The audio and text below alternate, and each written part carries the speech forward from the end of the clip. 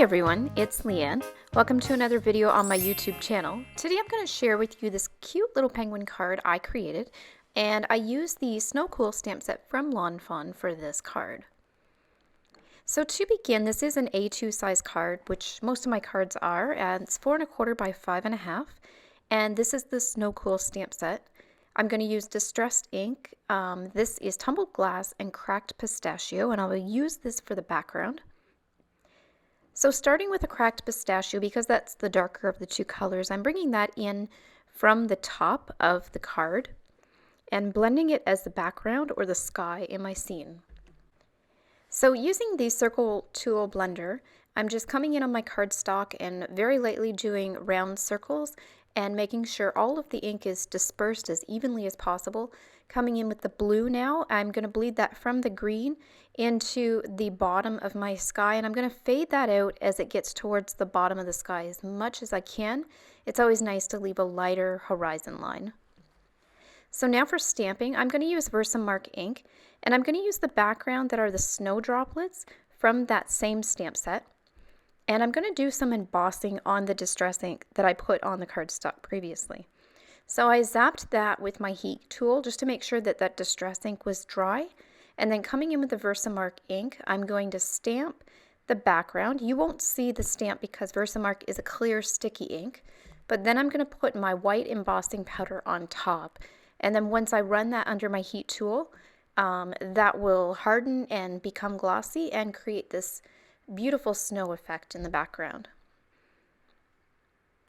So as you can see, you can't really tell where I've stamped, but once I put the powder on and then I brush it off, you'll be able to see where the stamp is.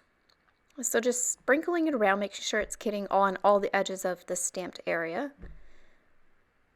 And there's what it looks like. So I've embossed it here, and now I'm just working on my scene and deciding where I want my elements to be placed. And I'm using this sort of as a guideline. Now I'm going to create my own sort of foreground element. I want to create the edge of my iceberg. So I'm going to have my little penguin fishing inside the iceberg. And so this will be in front of his igloo. So I'm creating sort of just a horizon line here for this. So this is going to be in the background, and this will be the snow hill that kind of comes from the background into the foreground where that iceberg edge will be. So I didn't have a die cut that was like a hill background, so I just kind of outlined it freestyle and used my X-Acto knife to cut it out. And it's a pretty basic shape, so it was pretty easy to do.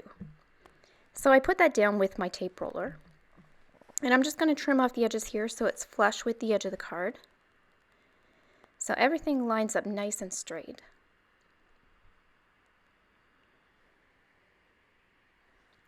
So now that I have that done, I'm going to work on that foreground scene. For stamping, I'm going to use Memento Tuxedo Black ink, and I'm going to stamp my sentiment first. And this is so that when I'm drawing the edge of the iceberg, I know where to create comfortable boundaries with that drawing, because the sentiment will already be there. And I really want to make that the focal point, so just working out from where this will be. So now I'm only using two colors, two blues for this, and I'll put all of the color numbers in the description below. So I'm creating that edge of the iceberg, and I want them to be on a nice firm platform, nice and thick, like I would imagine that icebergs would be. Nothing too thin or anything. So I'm just creating the shadows along the edges. And because the stamped part of my sentiment is in the water, I don't want to really make that a dark blue where normally water would be blue. So I'm going to come in with some Prismacolor pencil crayons or colored pencils here and just taking some really light blue shades, just softly coloring around the sentiment just to bring in a little bit of tone on that water. So here I'm stamping my little critters and elements for the scene and using Memento Tuxedo Black ink because I will use COPIC markers to color these.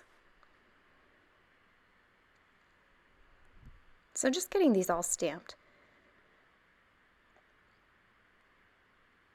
And now for the coloring, the Igloo, I will only use this one color on the Igloo blocks, creating a shadow on each individual block.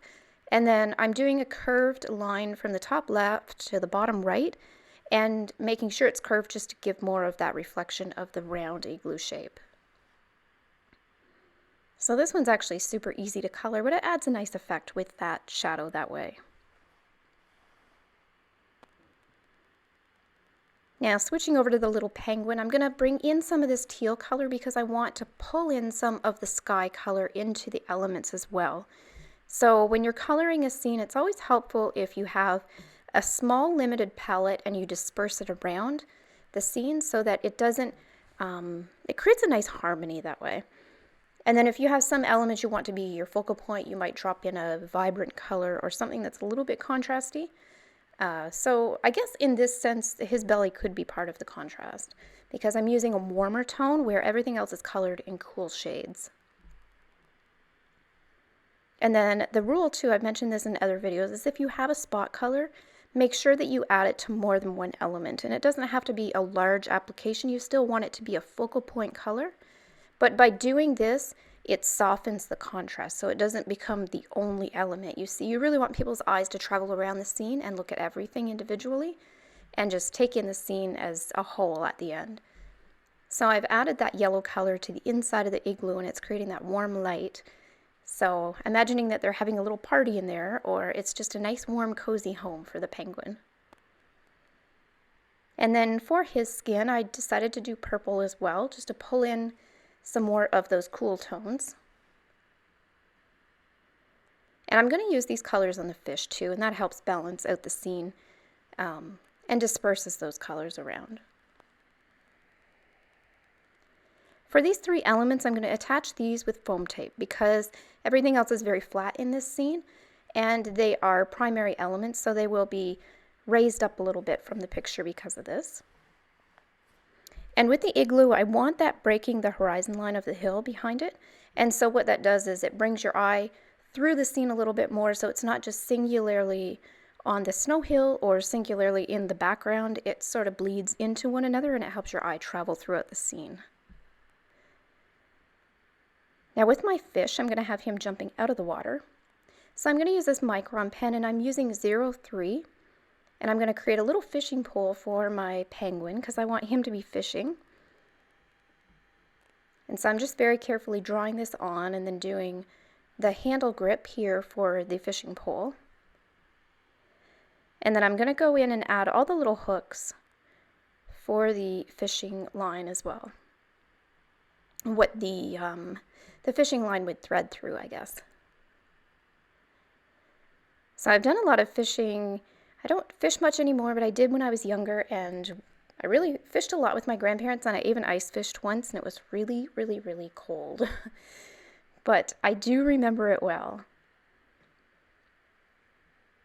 So now I'm going to create the ripple lines in the water where his line is dropping into the water there.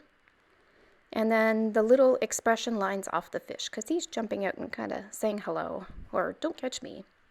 So there you have it. This is my Snow Cool card created using the stamp set called Snow Cool from Lawn Fawn. I hope you guys enjoyed this video. If you did, be sure to give it a thumbs up and subscribe so you're notified the next time I post a video. Thanks so much for watching.